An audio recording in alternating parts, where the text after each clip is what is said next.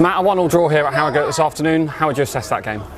I thought the game changed just before half-time with the obvious decision and the penalty and then the red card. I thought we were playing pretty well up until that point, creating enough openings in terms of opportunities to affect their goal and moving the ball really well. So I was really pleased with where our team was at up until that point. A little bit of naivety from one of our young players in terms of not quite staying on his feet when he's already on a booking. But regardless of that, the foul's outside the box. So we've been punished double whammy, and to go in at half-time with 10 men and 1-0 down, we gave them a clear plan and some clear structure, and I thought they were outstanding second half. Does a decision like that completely change your half-time team talk when you're probably set on what you're going to say? Pretty much, yeah. It's a huge moment, absolutely huge moment, and that's no disrespect to Harrogate. I thought we were a better team in that first half. So to lose a player in that manner, you know, like I say, he's gone to ground when he shouldn't have gone to ground. But the foul is a yard outside the box, and as much as I'm frustrated with the referee, the linesman is in the perfect position because he's in line. So my frustration at half-time was aimed at the linesman because he was saying he didn't have a good enough view. There's no better view than in line with play when you're given a penalty when it's on the edge of the box. So that was a frustration, but I just felt the lads did what they needed to do second half, and we still created enough in terms of in front of goal. A bit of luck in terms of a ricochet, but we certainly deserved that. Harry Kite's been excellent for us this season, as we know. Is it just something he'll learn from? Yeah, young players make mistakes. And like you say, he's been excellent in terms of the last few games.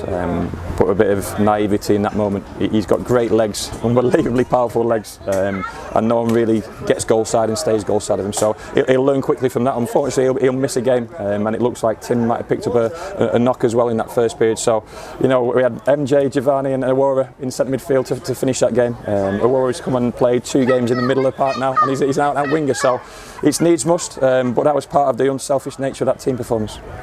I think we saw when you brought on Sam Nombe, he really seemed to change the game, and it proved, you know, setting up the goal for Josh, which was a great moment. But Podge was the same. He was outstanding. His responsibility.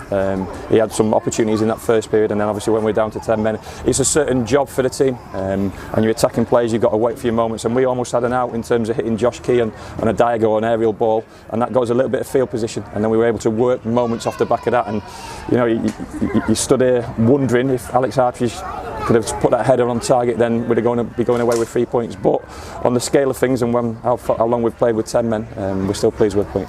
I think the lads showed great character. You mentioned there Alex Hartridge. There's a couple of chances at the end where it could have been a completely different result. It could, but you know, let's put it into context in terms of what it was. What you said, the scoreline at half-time and going down to 10 men, you'll take a point in that position. And more often than not, we keep on working a certain structure when we go down to 10 men. It's difficult to break down. So I'm really pleased we've got something to show for our efforts. And let's not forget, obviously, you had a difficult journey up here yesterday, so the prepreration wasn't exactly ideal. Yeah, but that's part and parcel of being in League Two. And being at a club like Exeter, we don't quite get things right often enough or all the time. So there's certain aspects we certainly need to improve on. But the first half performance was exactly where it needed to be. We were only missing a goal, and then the game just flipped on its head just before half time. I think we certainly found out. We saw Rory McArdle's performance today. He was difficult at times, as we saw with him last season, getting his head to everything.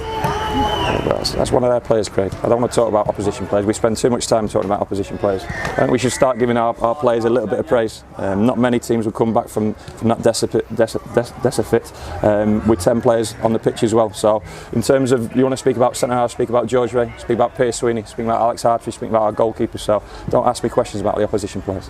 No problem. Obviously, you mentioned, obviously, with Harry out for the next game, that we've been light in midfield previously. Is that a position you'll be looking to strengthen this week? We'll have to assess Nigel. We can't just keep bringing players in to fill gaps for 1-2 weeks at a time. We've got to be respectful of where we are as a club in terms of the budget and the squad of players. But it's just unfortunate that if 3, possibly all 4 are unavailable, then we'll have to affect it. But like I say, that'll only be for a short period. Harry Kite will only be out for 1 game. Nigel's doesn't seem serious. Hopefully the way Tim was moving, it's not a too serious injury. He just landed awkwardly. So we'll assess it, and it'll keep on changing by the day.